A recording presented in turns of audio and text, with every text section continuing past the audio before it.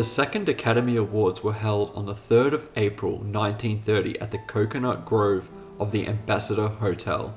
This ceremony was fascinating as we began to see modern techniques, strategies, and approaches that have fully formed and taken shape in a modern day Oscars ceremony. This broke ground as the first Oscars that had an official broadcast being played by a local station, LA KNX, over the radio. The radio broadcast method would be the standard until TV became more of a household item, with its first telecast a little more than a decade after this ceremony. As we know from the previous retrospective, the first Oscars were designed as a deterrent to provide actors with employee rights that they deserved. The reception, therefore, to these Oscars from the industry was confused, and many were actually concerned that the early short-lived acclaim would actually hinder the longevity of their careers rather than boost it. The second Academy Awards didn't exactly rectify any of these issues, as apart from now being broadcast, this Oscars seemed somewhat less extravagant than the first. Categories were cut down to only 7. Some seemed necessary, such as only having one directing category now, which has stood up until now. However, writing also got cut down to one category rather than having an adapted and original screenplay like we do now. Because of that, you were naturally awarding people less and key categories in the previous year, which honored the craft of movies of the time, like title card design, which was a very pivotal art form in that era of film. Being cut meant certain parts of the industry were now not being recognized. I do think in the long run, and applying a modern lens to it, you can begin to see some of the modern Academy Awards beginning to take shape as early as here, as it now has a very similar foundation. There were no real nominees either. Interestingly enough, the Academy came up with nominees after the Oscars were completed, and they compiled this list based on records of the films that the judges had given their opinions on. Unlike the first Academy Awards, the winners did not know they were an Oscar winner before the ceremony. It was announced then and there, with the list being submitted to newspapers beforehand with an embargo.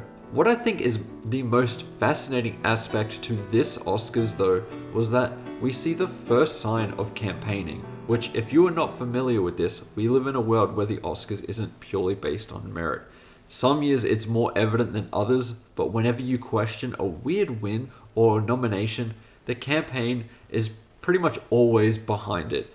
This could be more schmoozing Academy voters, getting out in the public more, uncovering fun facts about the movie, or just finding ways to keep a performance or movie relevant long enough to take the Academy Award. The example here comes from Mary Pickford, who won Best Actress in a Lead Role for her performance in Coquette. Now, she might have deserved it, but it didn't hurt her chances that she was actually married to the president of the Academy of Motion Pictures Arts and Sciences, and she herself was one of the founding members of AMPAS. That's not the real campaign, however. It more came from when she lobbied to be considered for Best Actress. It was the earliest version of a For Your Consideration campaign, and she did this by inviting the 5 judges to her lavish mansion for a tea party. The performance was somewhat controversial and is considered as mixed by audience at the time, and the Oscar win was seen as more of a career achievement rather than honoring the actual performance in the movie. Going into the major award of the evening, the Broadway Melody won Best Picture, and is one of the few films that won that award without winning any other Oscar. The film is also considered to be one of the worst Best Picture wins, and having seen the movie, I can agree with that statement. It is a tough watch that is mostly dull and uninteresting. However, looking at it through the lens of this time, the Broadway Melody was a box office sensation and was groundbreaking as one of the earliest success stories when it came to the transition from silent films to talkies. For the time, this movie was revelatory and a technical feat, even if it doesn't appear that way now. It also helps that the man that came up with the concept of the Oscars produced this movie. That's right, the Broadway Melody was an MGM picture, and would only be a matter of time before Louis B. Mayer would be recognized with a Best Picture winner, and now was that time. The film that feels like the most snubbed, like the first Academy Awards, was once again an international film. If we looked at the Oscars with the modern interpretation of recognizing international cinema, they would have dominated the early era, because a film called The Passion of Joan Arc has lasted through cinema history.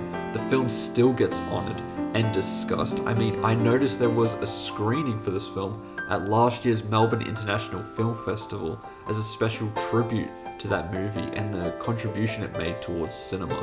I get that at the time, however, the Academy wanted to honour a talkie to usher in this new and exciting era of film, but Joan of Arc is considered a significant part of cinema's history, and rewriting history, it probably should have won Best Picture.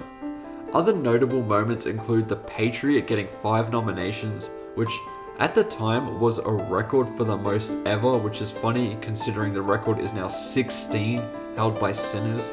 But to be nominated in 5 of the 7 categories is very impressive.